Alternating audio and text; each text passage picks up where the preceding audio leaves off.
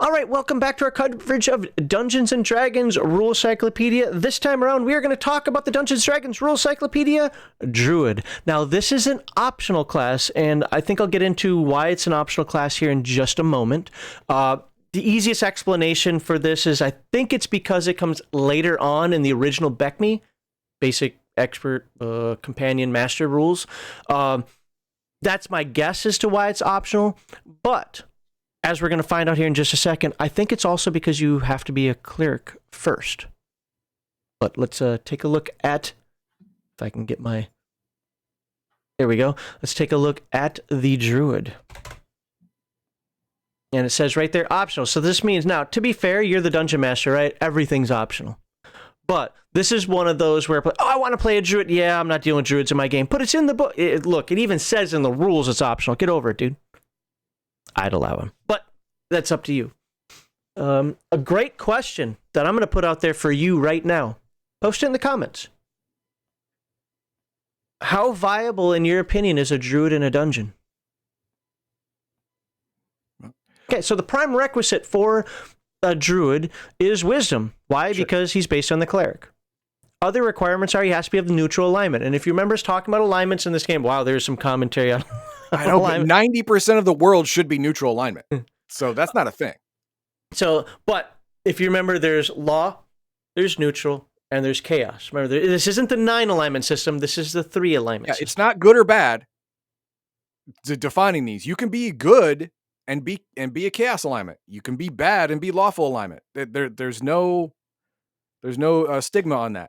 Well, to be fair, the book did say that law does lean towards good and chaos does lean. But I'm saying there is no, there's no rule that says you have to be a good lawful person. Yeah, fair. Experience point bonus 5% for a wisdom of 13 to 15, 10% for a wisdom of 16 to 18. Hit dice starting at 10th level. Sure. Plus 1 hit die per level, and constitution adjustments do not apply. Sure. Yeah, I think, because you will have got your last cleric hit point at 9th level. A maximum level 36, druids must challenge and defeat another druid of the newly attained experience level starting at 30th level.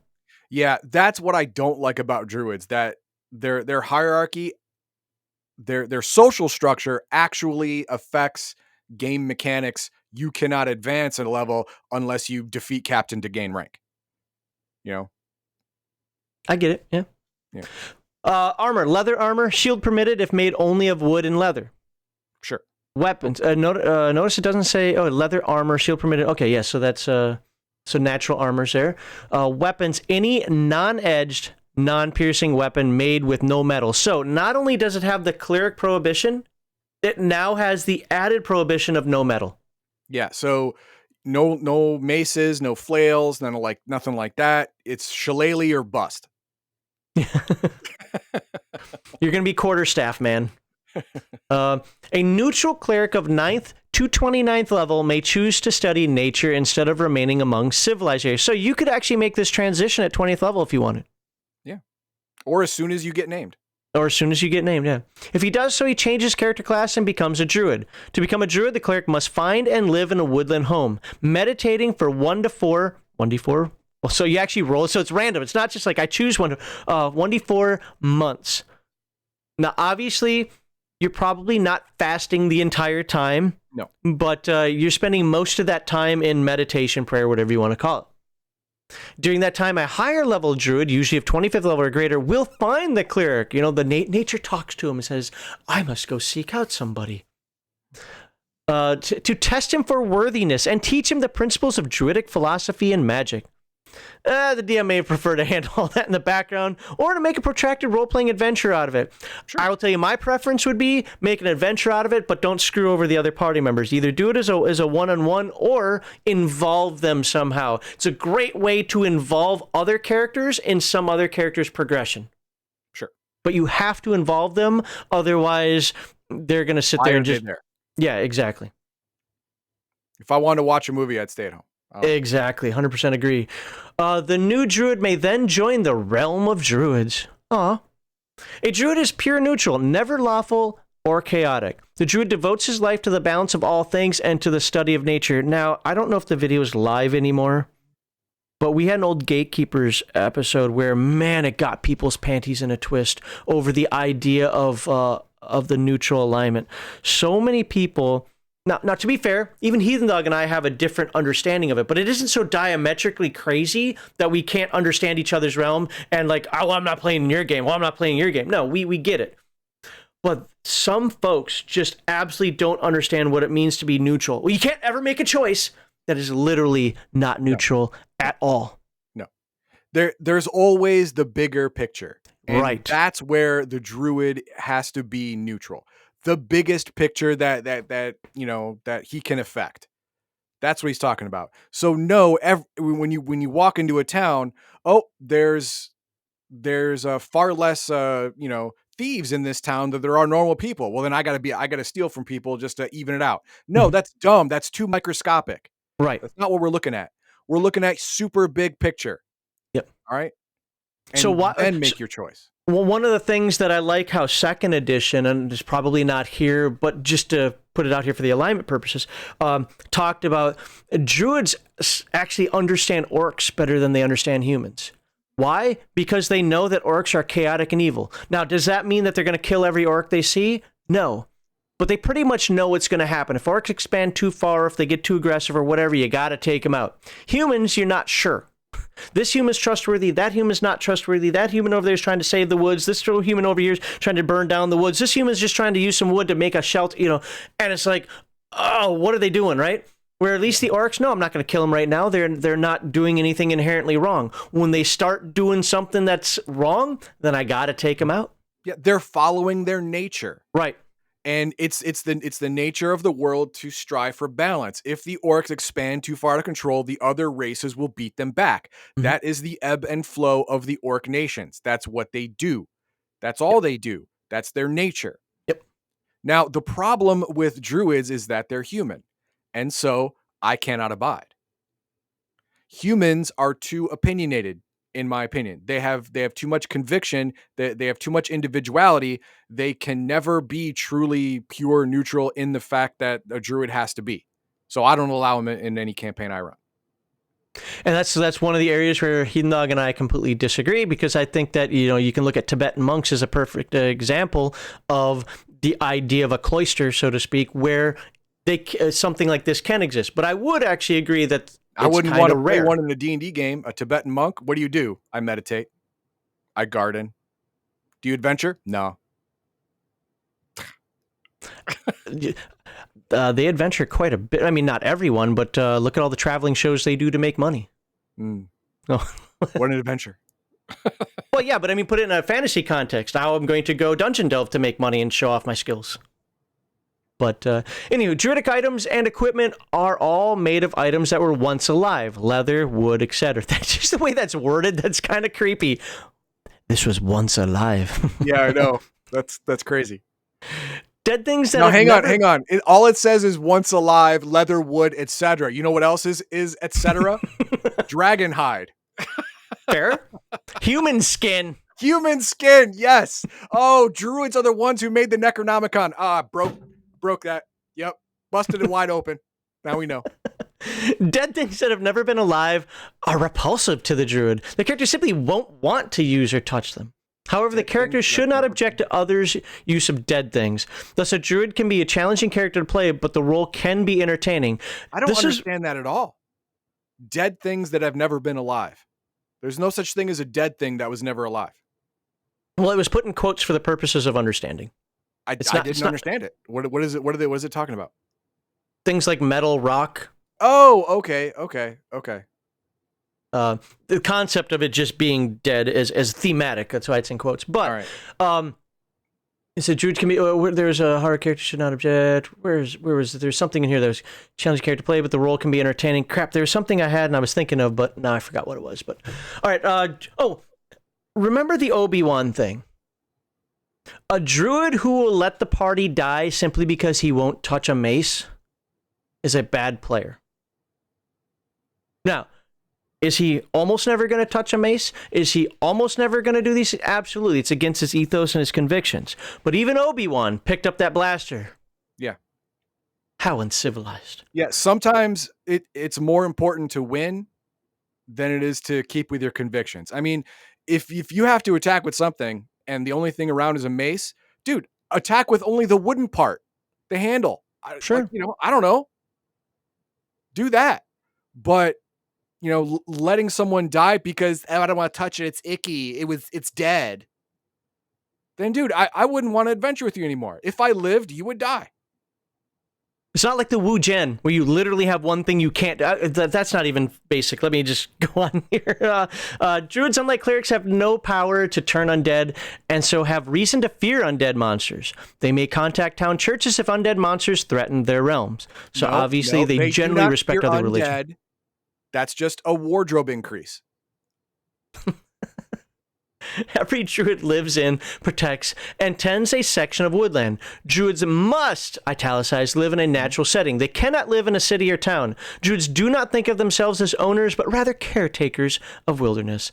Nearly every tree in the woodland is cared for by a druid. Although minor damage to the woods is a fact of life, druids punish deliberate evil destruction of trees or nature. If you need to chop down a tree to build a house for shelter, the druid is not going to whoop your butt. And this was another one of those things that came up when we talked about druids and gatekeepers a couple years ago, where people were like, no, some people were like, druids don't care if you burn down the forest. And others like, no, druids will come after you if you touch a tree. It's like, you're both too extreme.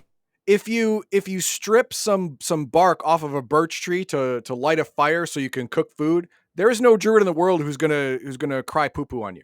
It's not gonna happen. It's not gonna happen. But if you are clear cutting a forest to mine for minerals or whatever, then the druid's got a problem. You have some problems. Exactly. Even even chaotic monsters know this and avoid harming things of the woods lest they incur the wrath of the local druid.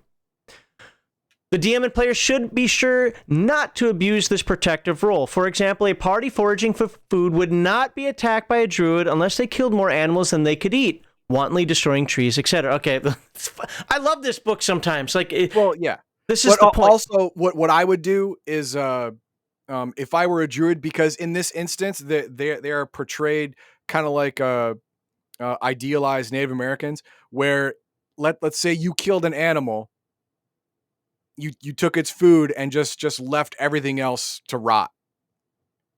I think the druid would be pissed off. Want to talk to you a little bit. Maybe not attack you, but hey, there's hide. You could have tanned the hide to make this. The hooves are also used in this, and the tusks are used in this, and all that stuff. You just wasted half of the animal. Why'd you do that? I'm not saying he would attack because of that. No, that's an overreaction. But maybe give the people a stern talking to, a wagging. Yeah, well, it's very similar to the paladin in that regard. I despise the concept of the murder hobo paladin that cuts off every thief's hands for stealing, because a paladin's supposed to lead by example. This is another perfect example, because this is a clerical order, right? Now, to be fair, clerics don't have to follow gods in basic, or at least in Rules Cyclopedia, but they still follow concepts. And teaching by example is how you bring more people to your cause than by cutting off hands. The battles of law and chaos are not the affairs of the druids. Let's say that again for the folks out there.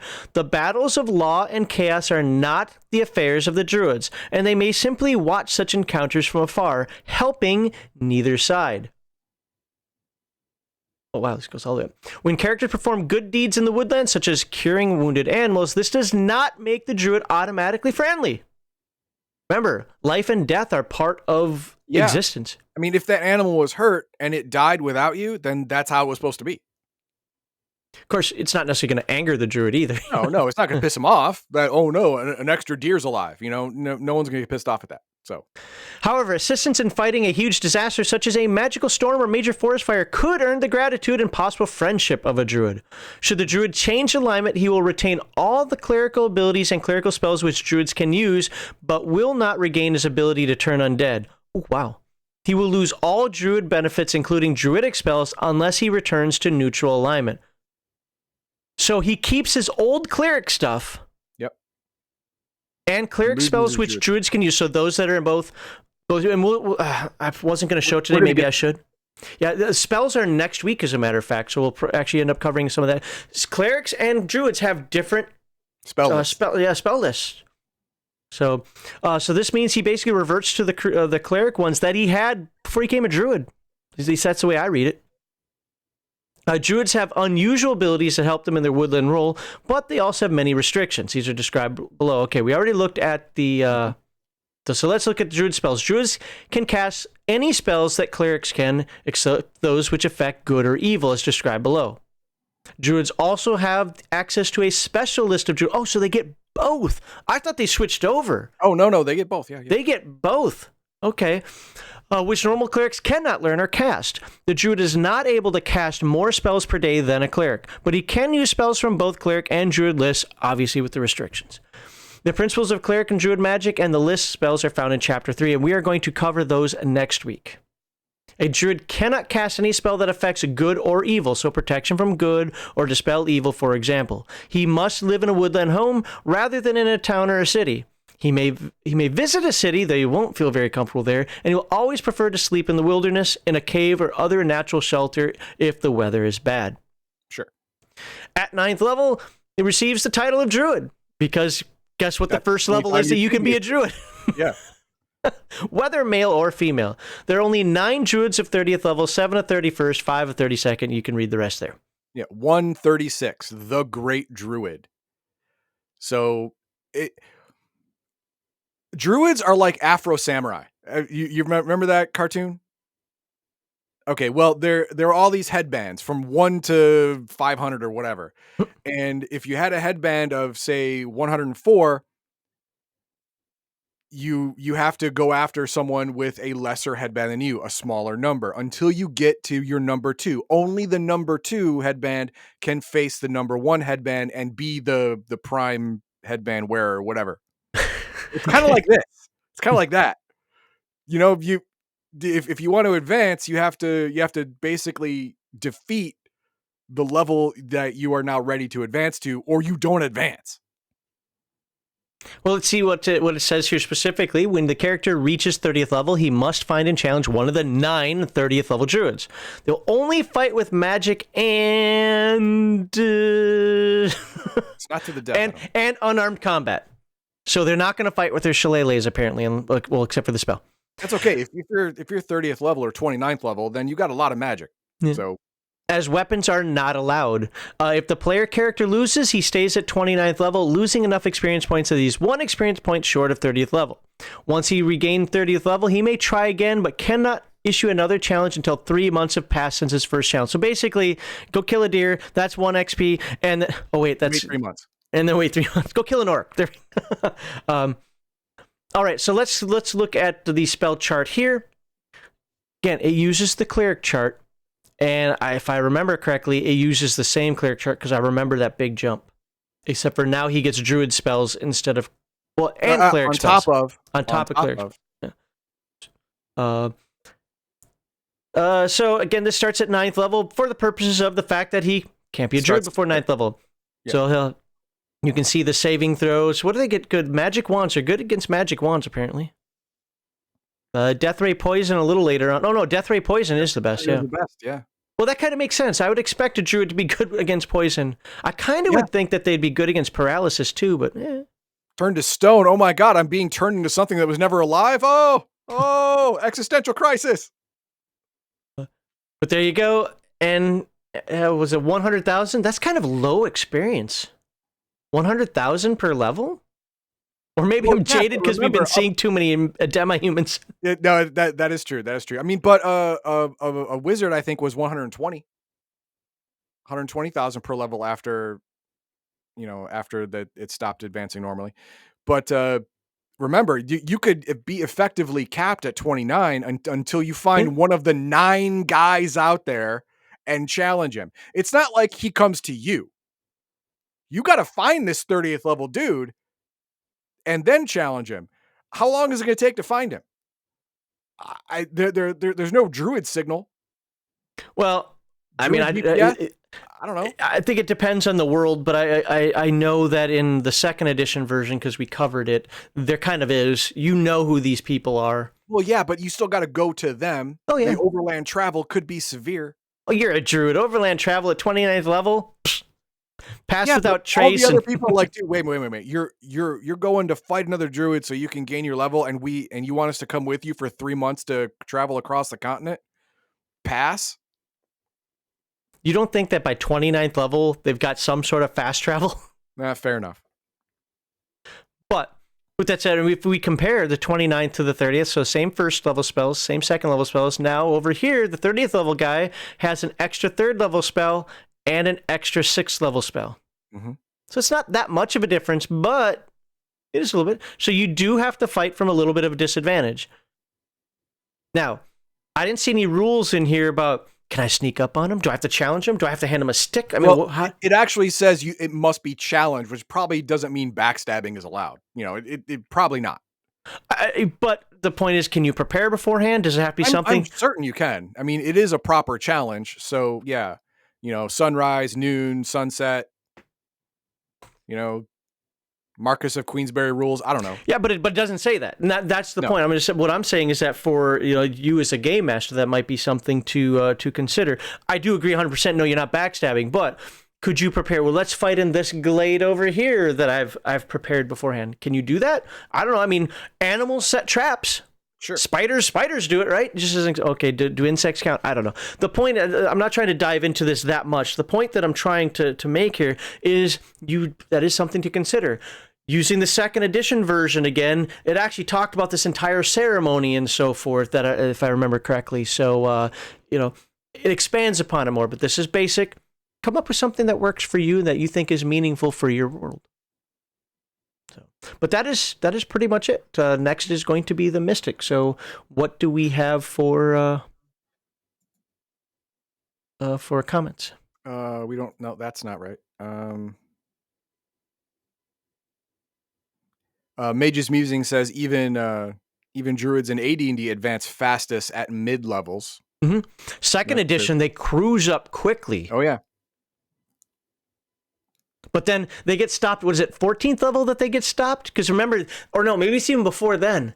They get stopped because they have to start doing the circle stuff, and then finally they have to do the Grand Master, which sucks. The Grand Master is like, if you read it, the Grand Master's like, I'm an admin guy. This is horrible. Basically, he has admin cheats. Right? And then, yes, I'm a hero fan. Finally, I'm off this dude. Get me off this duty. Then we have Crafting Gamer saying, I once had a player that played a druid and he did quite well. His way of being a druid was helping people balance what they took from nature and how not to waste anything they took from nature. That's great. That is great. I love it. Again, I would use that in a campaign I run if true neutral characters weren't all stillborn. And you can argue with him at a different time as to why he thinks that way.